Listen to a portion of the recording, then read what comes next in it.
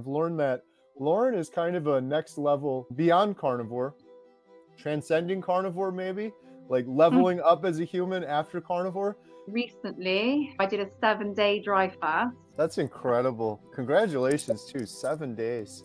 I'm alive. I'm very much well and alive. I became fascinated with death, and I actually became aware that we shouldn't fear death. There's nothing to fear, and it's actually just as beautiful process as birth, as being born. Just what is life? Why are we here? And I got into such deep thinking that that sort of set me off on my journey. I call it like my spiritual awakening. Do you feel like after finding carnivore that your brain or mind sort of opened up to some of these other ideas, kind of Yeah. disconnecting from the matrix sort of thing? I think since Carnivore, my mind doesn't stop actually.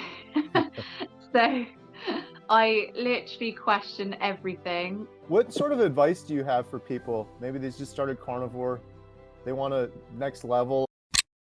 Hello and welcome, Carrie here from Healing Humanity, the power of a proper human diet. And today I'm thankful, grateful, blessed to welcome my friend Lauren back to the channel.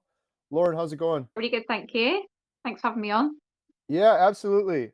So Lauren's got an incredible story. We filmed Lauren for our documentary, Healing Humanity, and been on my channel a couple times, starting with the 24-hour live stream. So I'll leave a link in the description below if you want to see Lauren's full story. But the purpose of today's video, I'm really excited for this because I do so many videos on just general carnivore, and interviewing Lauren and learning more about her journey, I've learned that Lauren is kind of a next level beyond carnivore, transcending carnivore, maybe like Mm. leveling up as a human after carnivore. You and there's a couple others that I've met, including our shared friend Dr. Kiltz, who's just like next level, Oh, way next, up. Yeah. yeah, way up there. Like so much I can learn from him, so much I'm learning from you. So I was hoping to share some of that with the audience today. Lauren's full story is incredible. You also have your own YouTube channel, which I'll link to at Farmer's Wife Farming Life. We'll have that in the description. But could you maybe just briefly tell us a little bit about what led you to carnivore, and then maybe we can jump into next level beyond carnivore? Yeah, sure. So back in 2021, I became very poorly with a lump in my throat sensation. They called it LPR. I had all the tests. I had a camera put down, and they found out that I had grade A esophagitis. Anyway, I was having lots of trouble swallowing foods, lost a lot of weight, and I just found that when I was eating, I was reacting to lots of foods. I went back and forth to the doctors, got put on medication. None of that worked. I had all these tests done, and the doctors just said that basically there's nothing wrong with me. So it got to the point where I just got severely depressed, and I just didn't know what to do. And I just got to the point where I felt like I was on my own, and I just came to this realization that I have to sort this out for myself. Anyway, I went down the rabbit hole of lots of alternative therapies, and I went to see a nutritionist. She put me on a diet which cut me off of gluten and dairy, which did work initially. It did help a little bit. But she also put me on, well, she told me not to eat meat, especially red meat. She told me because of the acid reflux and the problem I was getting with my esophagus, to especially not eat the fat. So I did eat a little bit of meat. I ate lean meat like chicken, and I also had a little bit of salmon. And she was also very pro lots of vegetables, lots of grains to get the gut microbiome fed. So she said the more diverse, the more vegetables and fruits and things that I was eating, the better, because then the more diverse the gut microbiome would become. So I did that, and I went on this diet for a short period of time, which then led to horrific constipation. And I suffered with that for a little while. And bearing in mind, that was never actually even an issue for me. But suddenly it was, and then that led to appendicitis, emergency appendicitis, and I had to have an operation to have my appendix removed. And after I had my appendix removed, it took me a little while to recover. I was in quite a poorly state, and I did go back to my nutritionist diet at the time. And again, I was just so depressed. I just got to the point, I just realized this diet wasn't even working, wasn't making me feel better. And it wasn't until one day that I was cooking my family a roast dinner, and I was cooking roast lamb, and I pulled the roast lamb out of the oven, and I just had this um, moment, let's say, where the smell and the look and everything about that lamb, I just had an urge, just a natural feeling that I should eat that, which then led me to um, search on Google, is eating meat really that bad for you? The first few things that came up, it was saying how bad meat was and we shouldn't eat meat. But I eventually scrolled down and at the bottom came across something to do with the carnivore diet. And I went on there, and that was the first time that I'd ever heard of it, never heard of the carnivore diet before. Clicked on there, and then I just fell down the rabbit hole then of then going onto YouTube. I found your video, your 30-day video. And then I found Dr. Ken Berry, all the others, Dr. Chafee, Lee Copus, and all these different people. And I thought, I've got to do that. That's for me. I have to do that. And I literally started the next day, and the rest is history. I've never looked back. And like it fixed so many things for you. Yeah. So I said time and time before, but I didn't even realize like all these problems I'd have my whole life, I just thought were normal. And I didn't even realize until all these things started clearing up that they were symptoms. And I've honestly got a list as long as my arm of things that I suffered with. And they would all start clearing up, and I wouldn't even notice that they started clearing up. I'd be on like a YouTube video and be looking at comments, and then somebody would say, oh, my such and such cleared up, my tinnitus cleared up, and oh, my mouth ulcers have gone away, I no longer get rashes. And I'm looking at all these, and I'm like, oh, I had all of those and I don't have any of those anymore.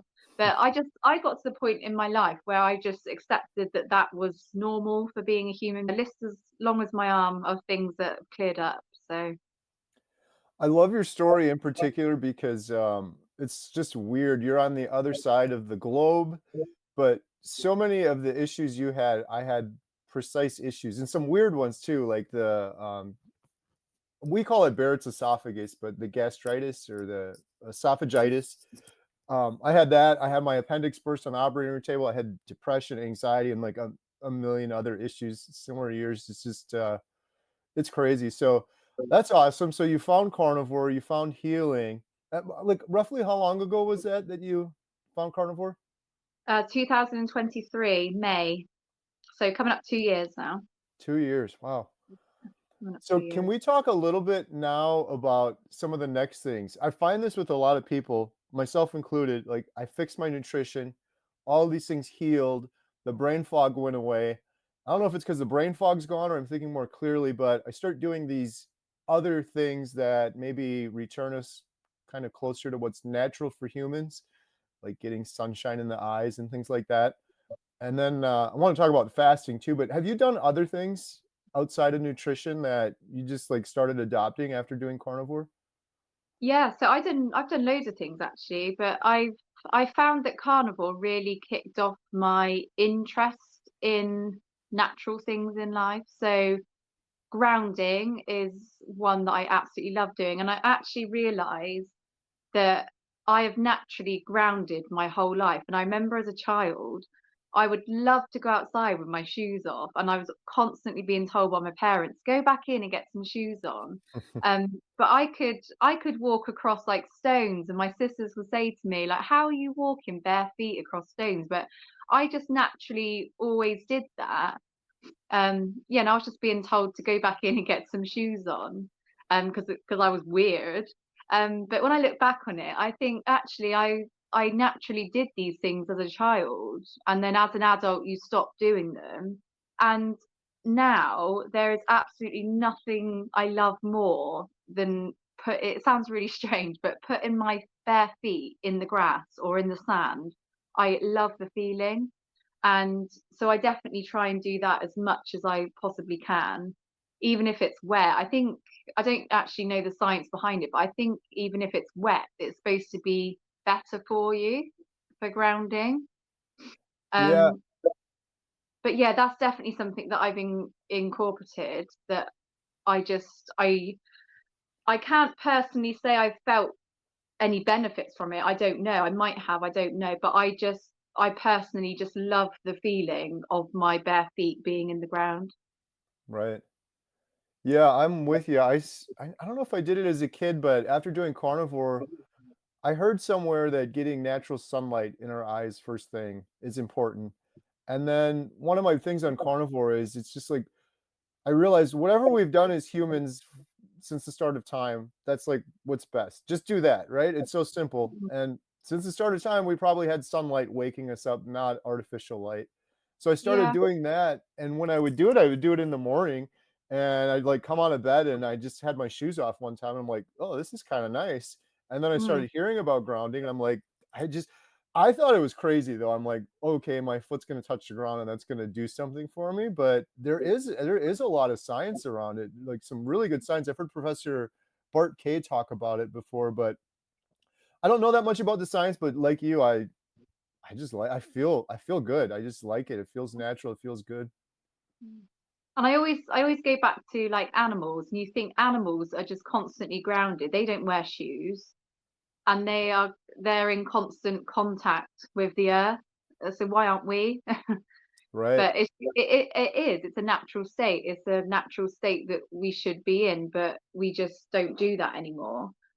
So I absolutely am a believer that it is beneficial for us.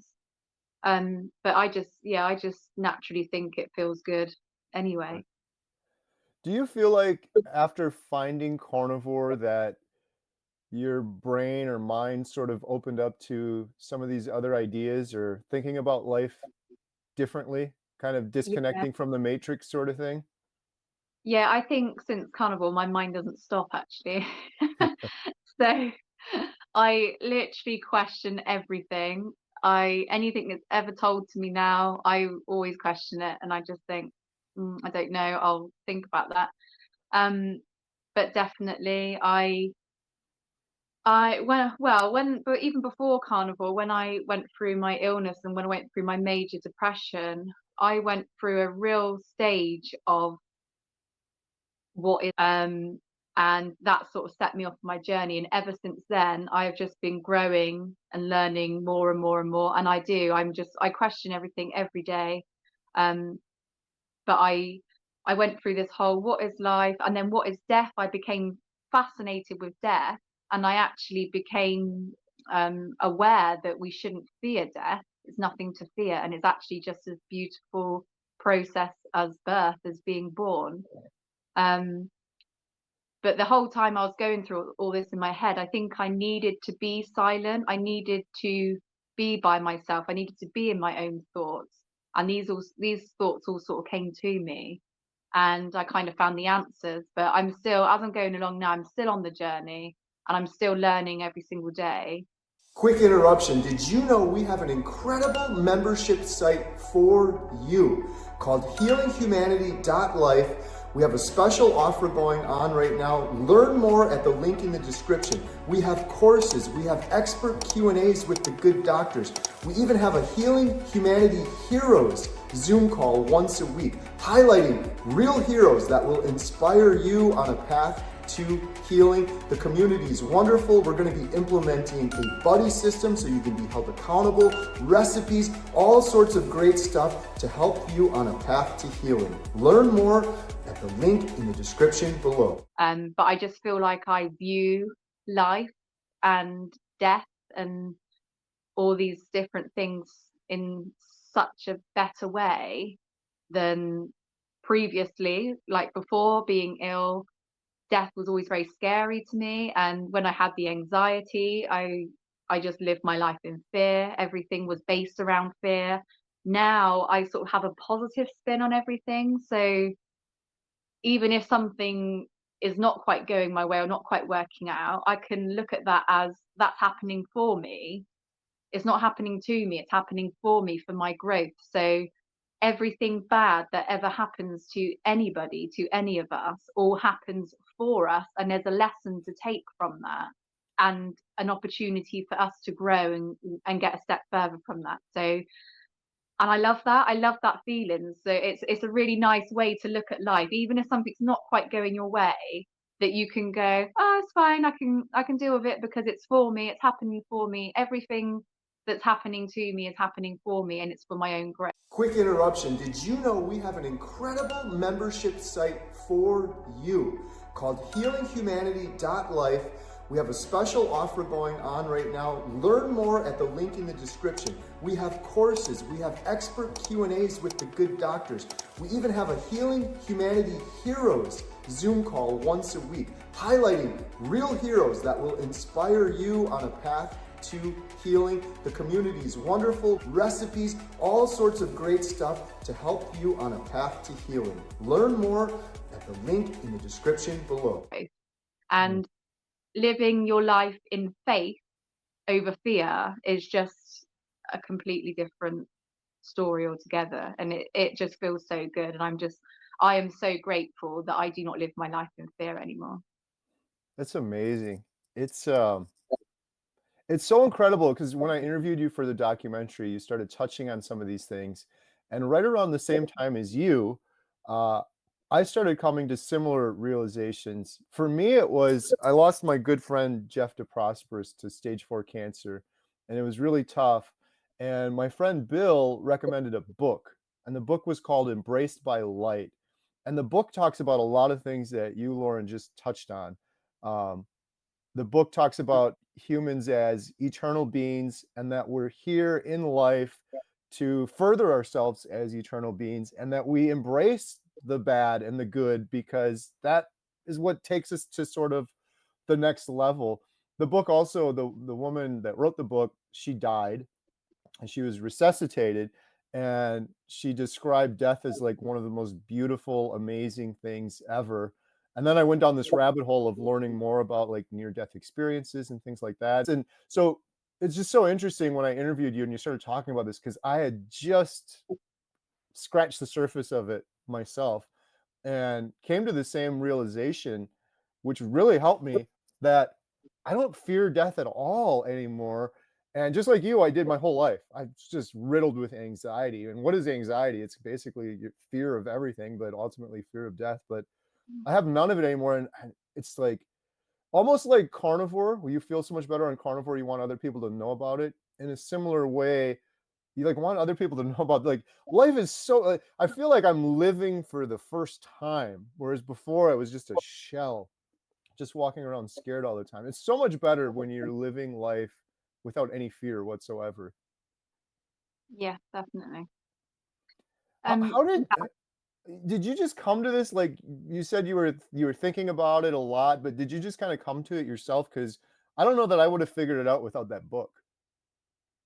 Yeah, so no, and I didn't even realize at the time what was going on, but I naturally went through it all by myself. And I am a believer that I am like, so this what happened to me was a spiritual awakening. But I had no idea. I didn't even know that was a thing. Again, just like everything, I had no idea that even existed or was a thing.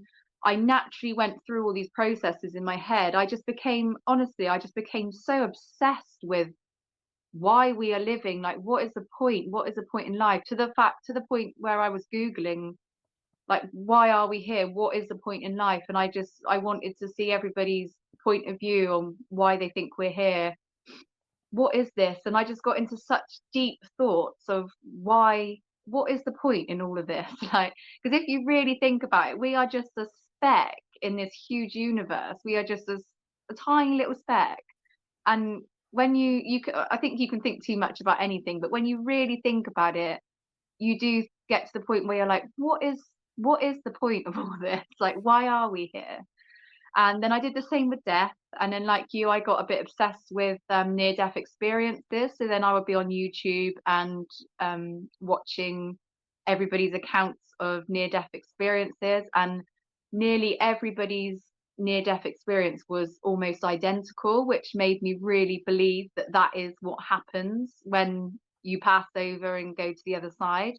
Um, there are slight variations in different stories, but most people's accounts are pretty much the same when you get to the basics, that it is pure love, and it's just the most beautiful experience they've ever had, and that they actually don't want to come back. And lots of people say that there's a voice that says you must go back now, and they actually put on a fight and say, no, no, no, I don't want to go back, because it's so beautiful and peaceful and just filled with unconditional love here. And everybody seems to have that in common in their near death experience. But I definitely started thinking about that all by myself. It didn't take a book or anything. That all naturally sparked within me, whilst I was going through this deep depression. Um, it wasn't until I actually came across a YouTube video. I believe that as well, that everything comes to you when you need it. So I believe that the carnivore diet came to me when I needed it.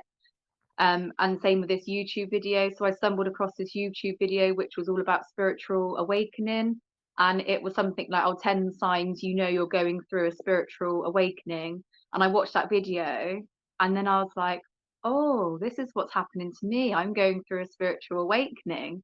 But like I said, I didn't even know that was a thing before. I didn't even know what the term spiritual awakening was. I'd never even heard of it. But this video sort of brought it to light for me, and then I realized that's exactly what's going on with me, and I'm having this awakening, um, which at the time can actually feel quite lonely, because everybody else around you is a bit like being out of the matrix, um, with the carnivore diet. Um, but I was the only one that was awakening, and all my family and everybody around me had no idea what was going on. And if you try and explain that to somebody, you sound like a crazy old bat. So you keep it quiet. And at the time, it can feel very lonely, because you just keep it quiet because you don't want to sound crazy.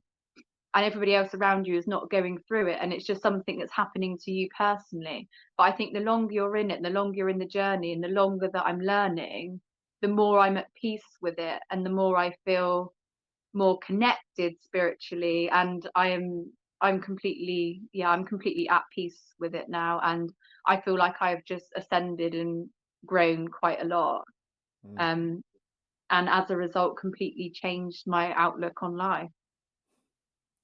So much of what you're saying is just incredible. The near death experience and the unconditional, beautiful love that those people experience, it's like we can't even understand it, I think, with our brains here as No. humans.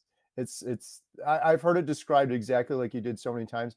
And the thing that really convinced me was I realized that everything I foolishly feared throughout my life, every single thing, it was like a waste of time to fear it, and the best stuff in life was on the other side of that fear.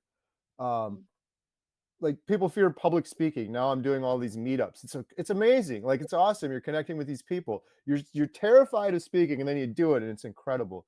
Meeting my wife, like, going up and talking to a girl, like, everyone's so scared of doing that. Now I'm married and I have children, it was, like, the most beautiful, amazing thing in the world, but I was so scared to do it. So I started thinking about this more, I'm like, "Why would death be any different?" We fear death as humanity more than anything else, so if it followed suit like everything else, it would stand to reason that it would be the most amazing, incredible thing that we can't even comprehend based on the amount of fear we have going into it. So that was something that kind of really made me think about this more. The other thing that you were saying in terms of the spiritual awakening and then kind of feeling lonely, it was so interesting that you just said that. I last night the girls and I have been going to the gym for 30 days. And then on the ride back, it's like a half an hour ride back. Let's try to improve our minds. So I was listening to this thing on wisdom last night, and I think it was from a Buddhist, and he was talking about becoming enlightened. And he said when individuals become enlightened, they feel very kind of siloed or alone. Just like it was exactly like you just said, Mhm. because everyone else around them just they don't understand it, and they can't understand it unless they experience it. You can't really describe it to them. It got me thinking too. It's similar in some ways. Maybe you have some good practice at this because it's kind of similar a little bit like carnivore. You do carnivore, and you feel incredible, and you try to explain it to people like what it's like to live without brain fog, and most of them don't understand it unless they disconnect from the matrix themselves and experience it. But it's just like it's like a level up from that sort of thing, I guess. That's where it's really difficult though, because you can't even begin to try and explain it to somebody that hasn't been through it or going through it. You honestly just sound like you're crazy. Right. um, so half the time I just don't even talk about it. But a great breakthrough for me, though, going back to talking about feeling lonely, is in the beginning I did feel a bit like I was alone and it was only happening to me and not to anybody else. But as time has gone on, I have really learnt to actually love being by myself, and that's a real positive for me because I'm at peace with who I am and I'm happy to spend time alone with myself. Whereas before, I was such a needy person, and the thought of being on my own was very scary, and I feared it. I did fear it. And I always felt like I had to have people around me. I had to be with people. Now I absolutely embrace being on my own. Being on my own, I just absolutely love. Um, and it's like time to myself, and I always use that time to reflect. But I feel comfortable with who I am. I feel at peace with who I am, and I think this is like the goal that we are supposed to get to. I think that this is where we're all supposed to go. I think we all, at the end of the day, the point is that we are supposed to love ourselves unconditionally, and that's what we're all learning. That's the goal. And I feel like I'm getting closer and closer to that goal all the time because, yeah, I just being with myself now, I just don't fear it, and I love being by myself. And sometimes I could actually choose to be by myself than be with other people, and I can just sit in silence and things will come to me.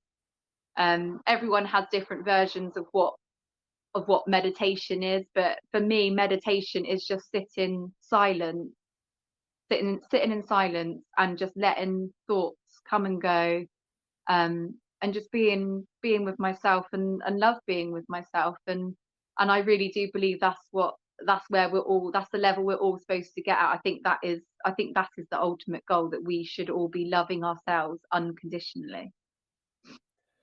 It's incredible that you're saying that too, because the podcast I was listening to last night about enlightenment, I think it was saying there's kind of two things when you become enlightened. And one of them was to be content and basically want for nothing in the world. And the second one was to be okay being by yourself, like being happy. It was like exactly what you just said Yeah, there. it's true. It's so true. Honestly, if you'd known me a few years ago, like my husband can't quite believe it because I literally am a completely new person to who he married 7 years ago. I'm not that person at all. Going from somebody who was really needy, needed company and attention all the time, to now suddenly being somebody who I don't care less if anybody's here or not. Like I'm completely fine on my own. And yeah, and I really do. I just think that is the ultimate goal for everybody. And again, with that, I can't explain the feeling, but that inner peace and that comfort of just being fine with who you are and being completely content by yourself. I said to my husband back along, I said, not in a horrible way, but I said, if I honestly feel if humanity got wiped out tomorrow, I'd be fine. I because I'm fine on my own. I can't explain it, but I'm just so fulfilled and just completely content by being by myself. And I really do think that is our ultimate goal, is to get to that point. Would you say that at this point in your life, you are happier, more content, more fulfilled than you've ever been your entire life? Yeah, definitely. And just having different awarenesses, like going back to like not wanting for anything. I think like we're all programmed by the matrix that we should have these nice things, we should have you compare yourself to other people. Oh, they've got this and I haven't, and that's how we're programmed, and it's almost like a competition. But again, when you look down, when you boil it all down and you look into it, we all came with nothing and we all go out with nothing. We're all equal. There's no competition. We're all exactly the same.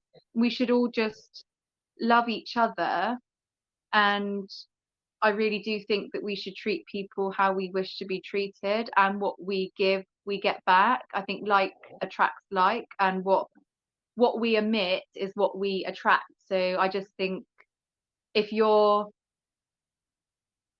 wishing well on somebody, you will get that back yourself, and vice versa. If you're not being very nice, or you're thinking negative thoughts about somebody, you're only doing harm to yourself, because like attracts like, and that will just eventually come around back onto you.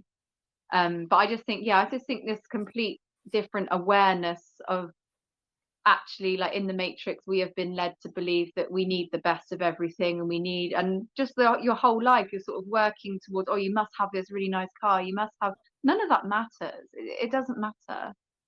Right. But yeah, I think this is all just stuff that I've learned as I've gone on. I've still got lots more to learn. I'm still on this journey, and I love being on this journey. And I thank God every day that I'm on this journey, because I just think it's incredible, and I feel grateful to be on the journey.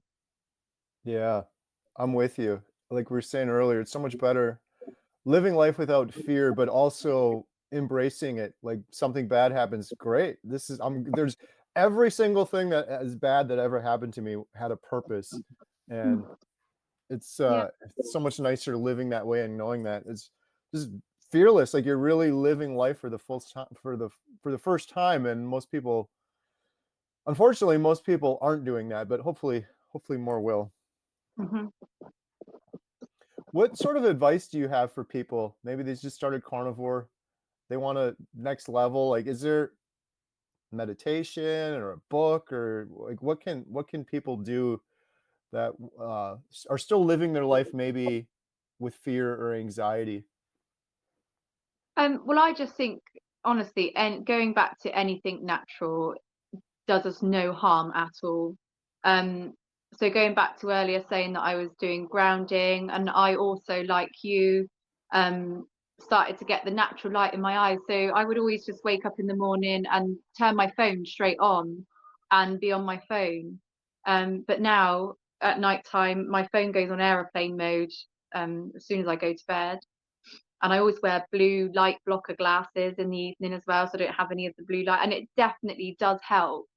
Um, because I don't like the fact that our lives are on our phones, but most of us, we do rely on our phones. It is like our jobs are on there, it's our connections, we do use our phones as much as I don't like that.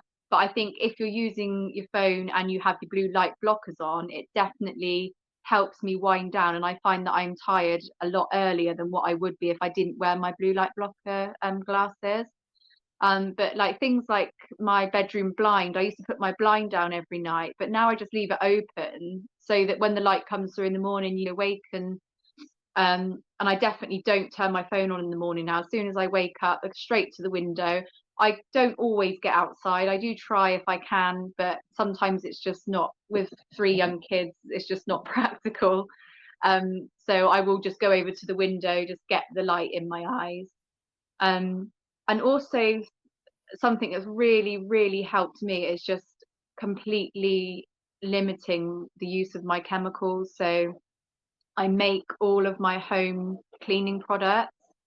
I make all of my like moisturizing. I use beef tallow on my skin and coconut oil. I make my own lip balms, and it's all completely natural ingredients. I don't put anything on my body that I wouldn't actually ingest. If I wouldn't ingest it, I'm not going to put it on my body. Because they do say that our skin is the largest organ, and whatever we're putting on our skin is just being soaked up. So that's just as good as eating it. But I've really found that to be really helpful, to just completely limit the use of all chemicals. I used to spray myself in perfume, and I just think, oh God, now I smell perfume, or I smell aftershave, and it smells so chemical. And I think at the time, like when you're using it or you're used to that, um, but now when you don't use chemicals and then you suddenly smell it and you think, God, you're just dousing yourself in perfume. Not only is your skin absorbing it all, but you're breathing that in all day, you're smelling it all day, and it smells so chemical. You think that's just so far from natural. And I think like many carnivores will find anyway that you don't actually need deodorant and perfume when you're on a carnivore diet anyway, because you just don't smell. But again, going back to animals, they don't need perfume and aftershave to attract their mates. Like it's just natural pheromones, natural smells that we must give off that we probably can't smell ourselves. But we don't need all these perfumes and aftershaves and things. And I've just found that to be really helpful. And also like the household cleaning products, like putting bleach down the toilet. It's just, oh, it's so bad. And I've swapped to natural things. I just use white vinegar and bicarb for quite a lot of my cleaning products. And I just, if I want a bit of a smell, I'll just put essential oils in, like a bit of peppermint essential oil or something. And that does exactly the same job as a chemical would, and you haven't got any of the nasty chemicals and you're not breathing any of it in. So I would definitely recommend that you could just limit your toxin and your chemical load as much as you possibly can. um I'm quite aware that there are things in life that we can't avoid. Just stepping outside, you're going to breathe in fumes and toxins through the air, which we just can't avoid. But I think the less the lesser load that we can make it, the better. And yeah, I that would be my one thing that I would really recommend. I just think anything that gets you closer back to nature, the better. Yeah. The last interview I did was Dr. Lisa Wiedemann, and she is a huge proponent of not getting blue light screens, stuff like that in your eyes before night. She's got little lights and candles and stuff she does at night, and she was talking about there's actually a lot of evidence when you're looking at screens over and over again, not just affecting your circadian rhythm, but also other issues, just like dumbing you down basically. She was getting into that more, but I'm with you on all the skin stuff too. It seems like all of that changed for me on carnivore. I'll get some people that'll say to me though, they're like, "Well, why don't you just go move and live out in the woods then? Like, when is Yeah, it going to stop?" And I'm like, a couple of years ago, I did a thing where I went just camping in the woods with no tent, just under the stars. And I'm like, we should have like a carnivore retreat or something like that because I'd be all for it. That's my I'd only love other, that. yeah. Would be so cool. Yeah, Yeah, like a week or something, just completely natural for a week. Because even in the house, it's like you got the heating system or air conditioner or whatever, and you're rebreathing air, and then you worry about mold and toxins in yeah, the air, and there's yeah, there's so much. But like you said, we got to do the best we can. The chemicals, I think, is great advice because it's crazy nowadays. And my daughter mhm, Emma was talking about this before. I think it's like 80% of what you put on your skin ends up in your bloodstream, some crazy number like that. Like yeah. suntan lotion with all those chemicals just goes right into your bloodstream. Mhm. It's crazy. When I look at it now, I just think, God, all what I used to put on my skin, yeah, you can't believe it really. And well, again, I'm just grateful that now I know not to do that, and Right. that, like I said, if I won't ingest it, I won't put it on my skin. So all the moisturizers and that I make are just literally beef tallow and coconut oil. So if I had to, I would eat that. So Yep. I'm fine with putting that on my skin.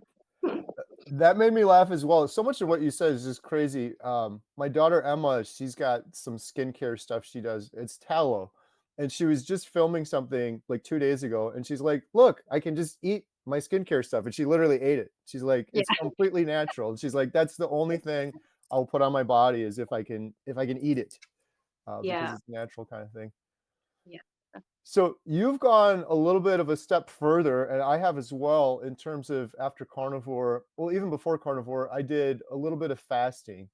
Can we talk a little bit about fasting now? Because you've done some really interesting things in regards to fasting. yeah, sure. I sort of came naturally interested in fasting anyway, during carnivore, a bit like, I think it goes through that, where you naturally fall into a fasted state because you're not eating so often. I typically eat twice a day. And I know lots of people only do like one meal a day, so they're naturally doing like a 24-hour fast. And I sort of fell into the pattern of naturally fasting 16 to 18 hours intermittently. Um, anyway, I got sort of like a deal. I just get an interest in something and I go and do some research. And I was researching water fasting. Um, and last year I decided that I was going to do a 5-day water fast. And I got 3 days in and had to break because I just felt awful. I felt, I think it must have been an electrolyte imbalance. I don't think I was having enough electrolytes whilst I was fasting. I got out of bed one morning on the 3rd day and I just nearly fell to the floor. I was so dizzy. I was sort of having rapid heart palpitations. I felt a bit sick. And I've got a good friend in Australia. He's carnivore, and he's kind of like my doctor. I messaged him and I said, "What do you think I should do?" And he said, "Oh, definitely break the fast." So I broke it. So I did 3 days, but I didn't quite make the 5. But I wanted to do the 5 because I'd read on the like many benefits of the healing and all of that. And I honestly can't even say how I came across it now. But after going down the water fasting route, I then found something called dry fasting, which was no food and no water. And again, something I'd never even heard of, didn't even know that was a thing. And I decided that I was just going to try that do a 24-hour. I think it was have you heard of Dr. Mindy Pels? Yeah. She's like the fasting queen. She's brilliant. And I think she was saying to do a dry fast once a week. So I thought, oh, I'll try a 24-hour dry fast. So I did a 24-hour and I was so surprised at how easy it was. It was so easy. Because I'd done plenty of 24-hour water fasts, and I actually find during a water fast, I'm really hungry all the time. I've constantly got these pangs that I've just got to push through. And I did this 24-hour dry fast and I thought, I haven't been hungry or thirsty all day. And I was just astonished. I couldn't really believe it. I thought, I can't actually believe that I've gone 24 hours, and I could have gone longer. It came time to break, and I thought I could even carry on. It's so easy. So anyway, I was doing a 24-hour dry fast once a week. And then I thought I was going to push it and do a little longer. So August last year, I did a 3-day dry fast. And I think that was still under the recommendation of Dr. Mindy Pels, I think. So I did this 3-day, and again, I was just so surprised on how easy it was, because I'd always been under the impression that I like live by the 3-3-3 rule, that you can't have 3 minutes without oxygen, 3 days without water, and 3 weeks without food. But I had complete faith in it. I wouldn't embark on it if I thought I was going to die. So I had complete faith that you can do a 3-day water fast and you dry fast and you're fine. So back in August, I did a 3-day dry fast and it was so easy. And I said to my husband, on the 3rd day, I went out. I was working on the farm, and he was across one end of the yard and I was the other, and I shouted and I said, "Do I look like somebody who's been 3 days without food and water?" And I had all this energy, and I was like, I should, like, from what I've seen on films and from what we've been told, I should be like a shriveled up ball, like waiting Right. to die. And I was just full of energy, and it was honestly so easy. So I did that. And then I honestly don't know how I found him, but I came across Dr. August Dunning, and I came across him on YouTube. I don't know how I came across him. But he had some really interesting stuff to say on dry fasting, and I was following him, and then I went on a bit of a binge on all of his videos. And he also wrote a book, The Phoenix Protocol. And so I ordered that and I did a bit of reading. And he just basically explains how dry fasting is a therapeutic, how like I think Russian doctors used it as a therapeutic thing to help people heal. And by stopping all food and all liquid completely, puts your body, or completely stops the digestive tract, and just puts your body into a super healing state, and you go into such a deep level of autophagy. Honestly, if you haven't got the book, the Phoenix Protocol is really worth a read. I know you've read it. I got you on it. I devoured But it. Yeah, it was so good. it's so interesting, and I can't do it justice. I can't explain and do it justice, but read the book, and it's almost mind blowing. It's another like moment, isn't it? Yeah, It's like, wow, like these doctors, these Russian doctors have been using this for years and years, like to heal chronic diseases. People have cured stage 4 cancers. People have cured, like they've, in the book, haven't they? They've got lists of yeah, everything that people have cured through dry fasting. right. That's why So I, I'm sorry, I was just gonna say, that's why I encourage people, if you think what Lauren and I are talking about here is crazy, go read the book and do some research. Because it's like you said, that was incredible to me. This isn't like someone's just saying, "Oh, try dry fasting." Thousands and thousands of people in like a medical setting in Russia, incredible healing, and it's all documented. Um, I yeah, some of it's just so crazy. The other thing in the book that really blew my mind was the fact that humans have the ability to produce water internally. Like, I think it's through ATP or something, but it was saying in the book that they measured the urine output, and on day like 4, 5, 6, 7, more output without drinking anything.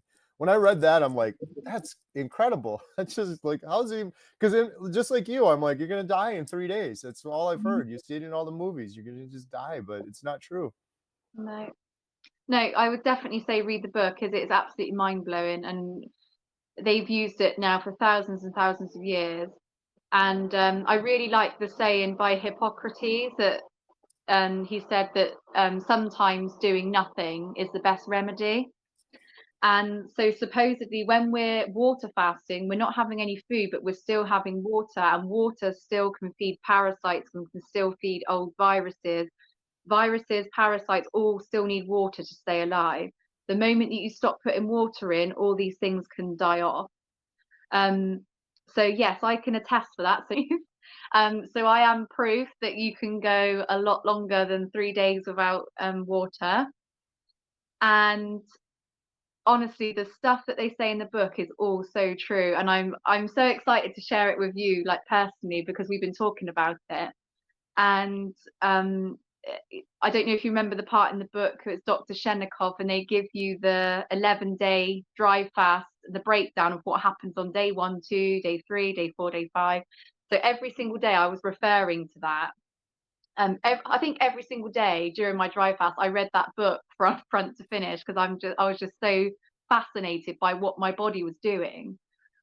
Um, and this time, though, I got 36 hours in, and I woke up and I thought, I'm going to be sick. I felt so nauseous and I felt so ill. And I ran to the toilet and I was just dry retching because I had nothing to bring up. Eventually, I did manage to bring up some bile, and I went back to bed because I felt a bit better after I'd done that, and I went back to bed. This was quite early in the morning. And then I got up and sort of walking around a bit, and I thought, I'm gonna be sick again.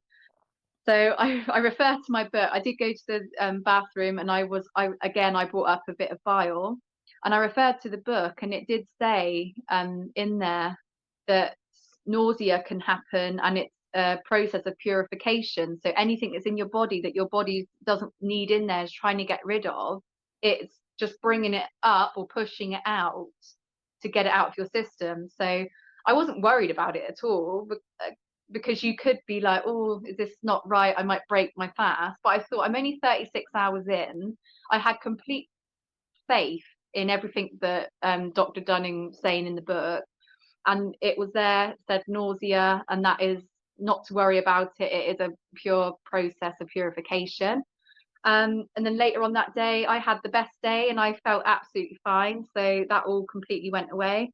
But as each day went on, I had something new. And what I found absolutely fascinating was in the book, it says during, I think they say day 5, that you can start getting pain in your organs and different areas of your body that your body needs to heal. So if you've had old injury, if you've had an old break or a ligament damage or anything like that, you can get pain in that area where your body has gone to that area and started to fix it.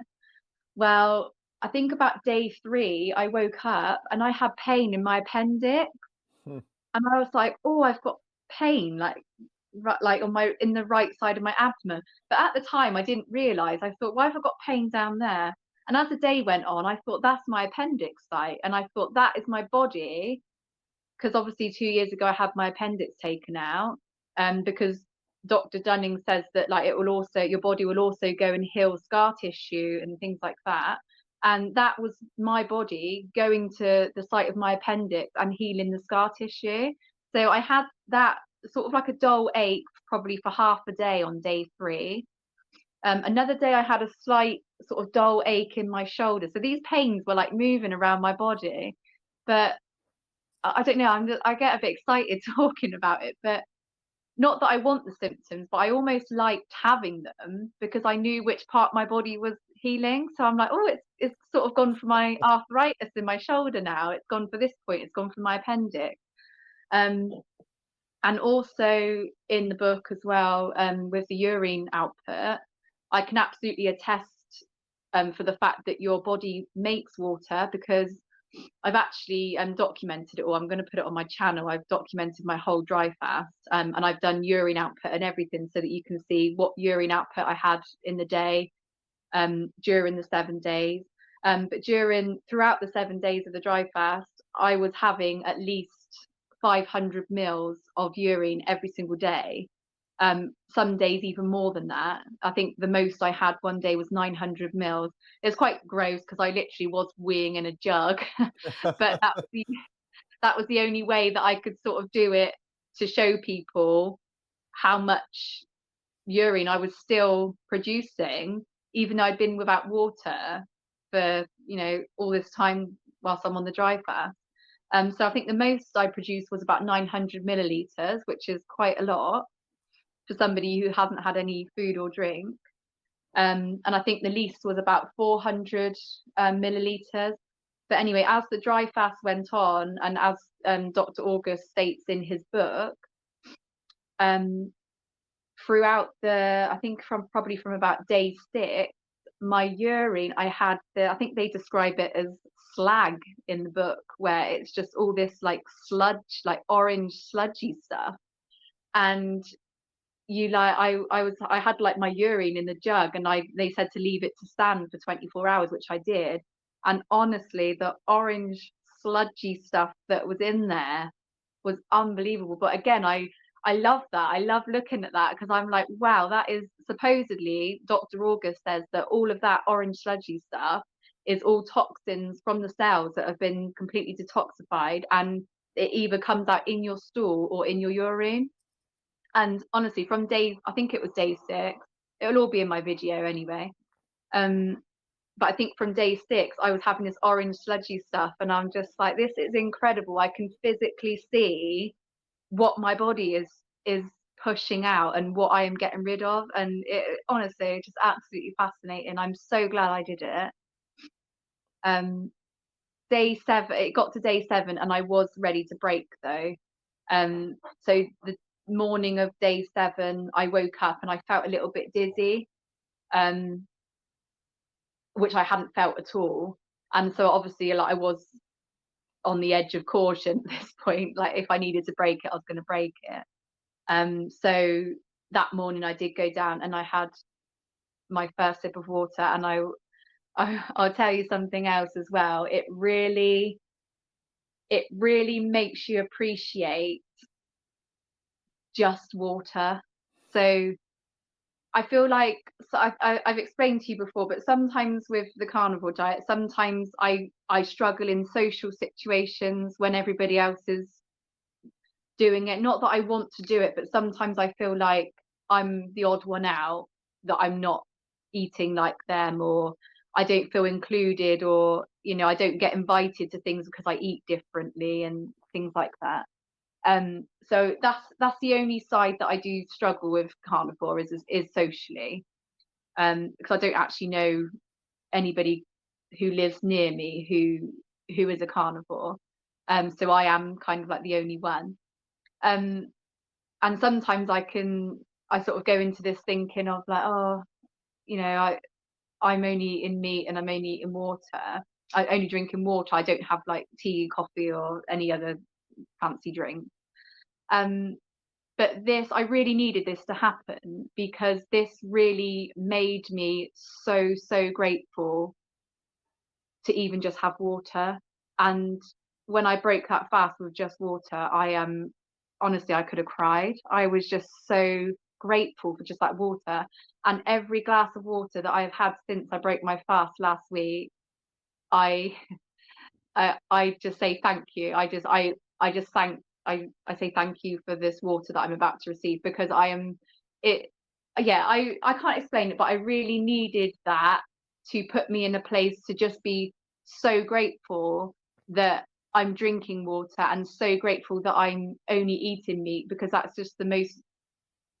I'm giving my body the most nutritious thing that I can, and to be able to actually eat that every day and to drink clean fresh water every day is just such a blessing. And that 7-day dry fast has really brought that home to me, and I felt like I really needed that, so I'm so glad. So just for plain water now, I'm just so grateful. Honestly, that first sip, I just could have cried. It was amazing. That's incredible. Congratulations too, 7 days. So you've done a Yeah. couple leading up to that.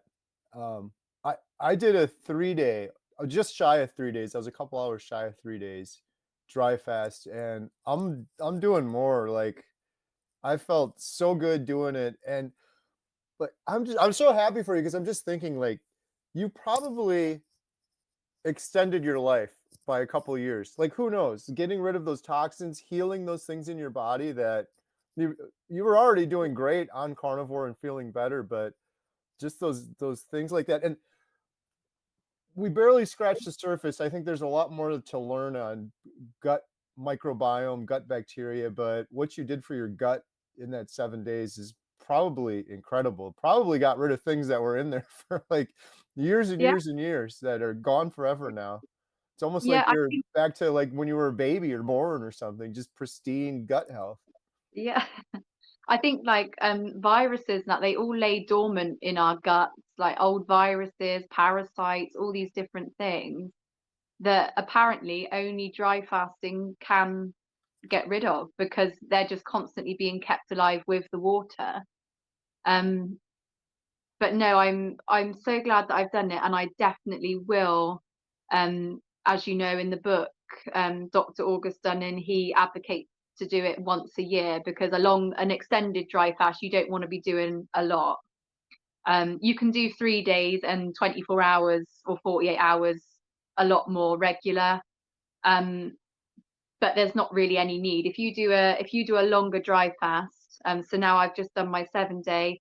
Next year I will now either do another 7-day or another 5-day. I do feel like though, and I have seen a couple comments on his videos about this. I do feel like if you go into the fast from carnivore, which I obviously did, I was already in ketosis. I think that I was actually a couple days ahead. So I think really I probably kind of did a 9-day, Mm, like had the same benefits as a 9-day. And the only reason I think that is because I had nausea in the 36th hour, and that doesn't usually come till day 4, and I had that early.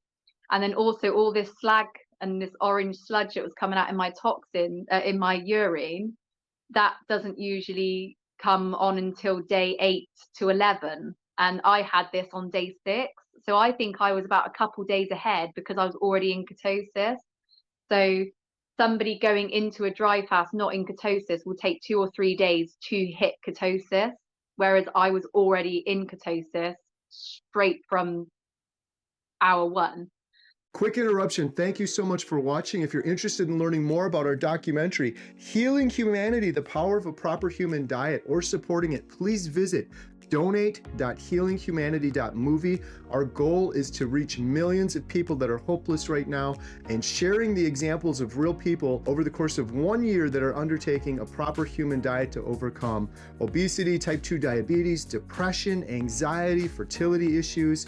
We couldn't do it without you. We thank you so much. We are also selling these shirts, Healing Humanity, The Power of a Proper Human Diet. Every penny we get from those goes towards the documentary. And last, we have memberships. If you click the little join button, it's best to do it on desktop. Under any one of my YouTube videos, you can join and become a member. We have hundreds of members right now. We do members only videos. We do members only behind the scenes. You can email me as a member and I'll answer you. And every penny from that goes to support the documentary. And the last thing is we have these Redmond's portable salt shakers. These things are awesome. You can get the best salt. You can take it with you. We sell these on the website along with our water bottles and cutting boards, and every penny from all of those goes 100% towards supporting the documentary. You can also sign up for our newsletter, which is completely free. All of these links are in the description below. Thank you so much for your support. Now back to today's video. So I think I had 2 or 3 days ahead of what everybody else would. So I think really I probably like had the same benefit as a 9 or 10 day dry fast. Hmm. Yeah, that makes sense. It's Mm. also nice too because I remember fasting throughout the years before I ever found carnivore, and it was so hard because you got to get through the keto flu or whatever. It's just the miserable the first couple days trying to get fat adapted and get into ketosis. Yeah. And So, yep. I think another reason I really wanted to try the dry fast was because I heard lots of people's testimonies on how it can affect you spiritually as well. So I was really intrigued if I would like level up spiritually or what would happen to me. Um, I don't know if you've heard like lots of people say, but lots of people say fasting and prayer together, just it's like magical. And like lots of people like Dante Frigno Freedom, he does fasting for spiritual reasons. He likes the spiritual aspect of fasting. And I must say, I got to day 5 and I was feeling really fatigued that day. And I went outside. I thought I'm just gonna go and sit outside on the bench. It was a lovely sunny day, and I just had this pure bliss moment, which I hadn't really experienced before. And again, it's so hard to explain to somebody, but I sat on the bench and the sun was just shining down on my face, and I had my headphones in. I like to listen to piano music. I love the piano. And I was listening to some music, and there was kind of like a soft breeze, and I just felt like all of my senses were completely heightened. So I was just sort of sat on the bench with my eyes shut, face up into the sun, and I just had this moment of pure bliss where, and again, gratitude. I just think of just grateful of just the feeling of the sun on my face, and like just the feel of the breeze on my skin, like just really simple things that I just had such a blissful moment. And I think that I, I think I don't think I would have had that moment without fasting. So yeah, it's incredible, really. I just think Yeah, there's a lot we don't. I think there's a lot we don't know about. absolutely. It's interesting, like, everything we're talking about is kind of returning to natural. Even people think, "Oh, dry fasting, that's crazy." I'm sure there were many times throughout history we didn't have access to water, droughts, food, where we'd go a couple days and not eat. Even the other things you're talking about, like, I was just thinking about this more, the being fearless and not fearing death, talking about other species or other animals. I don't think any other species or animal is walking around in constant fear of death or anxiety like we are, so it's like everything that you're doing or advocating for is just returning to what is natural for humans, and amazing what happens when you do that. That's so cool Yeah. you went 7 days. I gotta plan mine. I wanna do it. I wanna do it too. I was, the 3 days was incredible, but I feel like I didn't reap the true benefits if I go a little bit longer, but I'm glad I did it too because, like, you've done several one-day ones. This was my first dry fast, so I wanna baby step into it, but just to be clear for everyone listening, this isn't us issuing a challenge, "Go dry fast," but I think there's incredible benefits to it, and if you're interested in it, read the book, do your own research, make your own decision. I talked about my dry fast the other day, and it was crazy. People were like, "What are you doing? You're gonna die. You're nuts." It was the reaction was like over the top. I'm like, relax. This has been done for thousands of years by all sorts of cultures. It's not that crazy.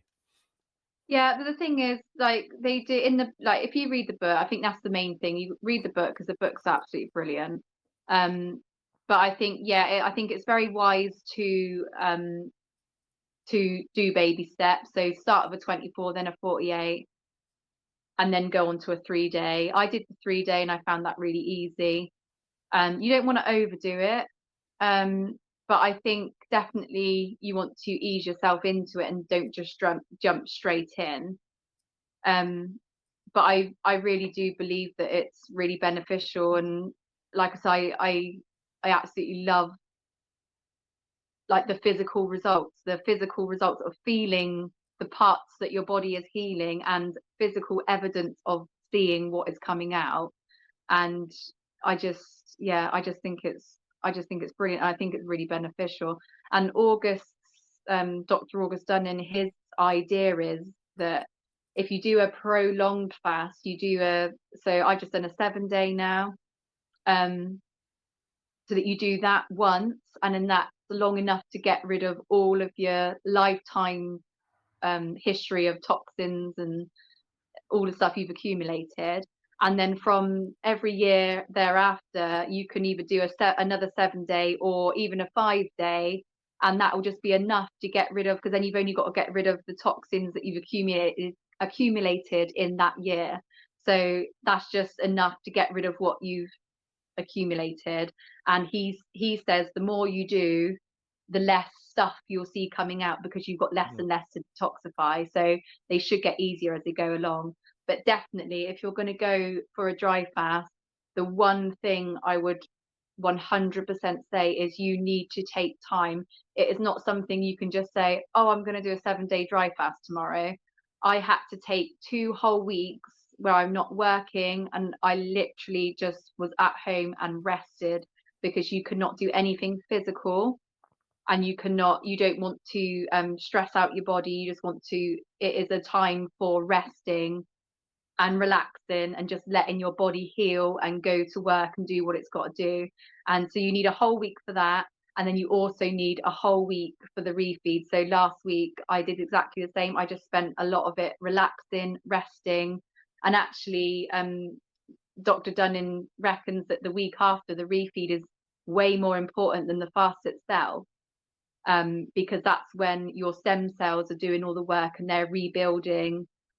You're refeeding and they're rebuilding, and so you feel like you've got a lot of energy, which you do. You have this surge of energy, but you've got to consciously rein it in and tell yourself to rest, because your body is still rebuilding stem cells. So you definitely need to take 2 weeks where you have got nothing to do. The only thing that I did during my dry fast was take and pick up the children from school, and that was the most activity that I would do in a day. But it is definitely not something that you can just say, I'm going to do a dry fast tomorrow and just jump in. Like, you have to plan it. Absolutely. I'm so glad you're sharing this. I'm so glad you told me about it. M- the one thing that I really think about is if I had a family member or loved one and they were suffering from some horrible health issue, without a doubt, I'd be like, try fast. Ease Yeah. into it, like you said, but the amount of healing that's documented in that book for different types of health issues is absolutely incredible, and it gets into the science and the reasons behind it. So um, Mhm. that's incredible. I'm excited to do my longer one next. So people can learn more at your YouTube channel. You're gonna be posting a video, or have you posted it yet, or you're gonna be posting it? No, I haven't yet. I've just got the final touches to edit on it, but I've documented my whole fast, so from day 1 to day 7, and I just did a brief um update of how I felt that day, where the pain was that day, and then every day I did a weigh in because I obviously lost a lot of weight, and I not that I was doing it for weight loss because I didn't need to lose weight, but you obviously naturally lose weight going on a dry fast. So I started at 9 stone 11. I don't know what that is in pounds. Sorry. Um, and I ended the fast and I was 8 stone 9. So I lost a stone and 2 pounds during, which is what I know that's 16 pounds. So I lost 16 pounds during the whole week. Um, And then as soon as I started refeeding again, you start gaining about 5 to 6 pounds of water weight. So I went back up again. And so now I'm now a week post fast and I am now 9 stone. So I've still lost some weight. Um, but I just wanted to document the weight every day as well, so that people that are doing it for weight loss can see how much that you can lose within that week. And then I also did a urine output for every day so that people could see how your body makes water, because I just find that fascinating that you haven't eaten or drank anything, and you're still going to the toilet throughout the day. It's just like, where's that coming from? Yeah, So it just proves that your body makes the water that it needs. So yeah, I documented it from day 1 to day 7, and yeah, I'll be posting that sometime this week. that's great. I'll have a link in the I don't know what description. response I'm gonna get from that. Yeah, well, hey, who cares? It's gonna help a lot of people. It's good There you stuff. go. So I'll have a link in the description for Lauren's YouTube channel, Farmer's Wife Farming Life. And maybe we can end it with this. I just wanted to mention real quick. I did a live stream with Dr. Kiltz earlier. I know you're a big fan. I Um, love guilt. I was bragging on you because he asked me about fasting. I was like, "Don't ask me about fasting. You got to talk to Lauren." He would love to have you on his channel if you're interested. Go on one of his live streams or something. He said he'd love to have you. I think he's going to reach out to you. So Yeah, I speak to him on WhatsApp actually. So I spoke to him on WhatsApp because I do ask him for his advice on a lot of things, because when I was on my fast I was like, how do I, because in the book um they tell you how to break a fast, but it's not carnivore. right, So I did message him and I'm like, Dr. Kills, how do I break my dry fast on carnivore? So he did help me a little bit with that, which I'm very grateful for. So yeah, no, I'm in contact with him. So that's great. yeah. To end this, one last question. So the big book that we talked about is the Phoenix Protocol by August Dunning, which is incredible. If you had a recommendation for another book for people that want to transcend or next level up after carnivore, do you have a good recommendation? Oh, I've got a whole list. So I've actually got some here. I don't make the phone call. This this I would say is just the one book that everybody should read. The Secret. Have you got that one? I don't have that one. I gotta add it to my list. I have like 6 or 7 books after hanging out with you and Dr. Kiltz. Get this one, and so far this is my number one. I think everybody needs to read that. Awesome. I'm gonna Um, get it. and then also we have our great friend Dr. Kiltz. That's a brilliant book. Yes, I have And that one. and I love how he talks about everything. So he talks about meditation, he talks about spirituality, he talks about what we should eat. He just covers everything, and literally how to live your best life. And it's brilliant. So yeah, I definitely would recommend that one. And then just so I have got the Phoenix Protocol here, just so that people can see that's what it looks like. There we go. Yeah, I'm like, I'm just gonna read a little bit, and I read the whole thing. It's so good. It's hard to put down. It is, yeah. I read it from front to back every single day of my dry fast. Nice. And I spent my whole dry fast just watching videos from August Dunning. I think it just got me through it, and it's like it's just reassuring you the whole time that you read in all these things from like comments from people saying how wonderful it's been for them, and it really keeps you going. Right. Well, this has been wonderful. Thank you so much, Lauren. I will have links in the description for each of those books and Lauren's YouTube channel. So go check it out. Check out her 7-day fast. I'm going to be watching. Thank you so much for sharing. I really appreciate it. That's okay. Thanks for having me. Awesome. Have a good day. Thank you. Bye.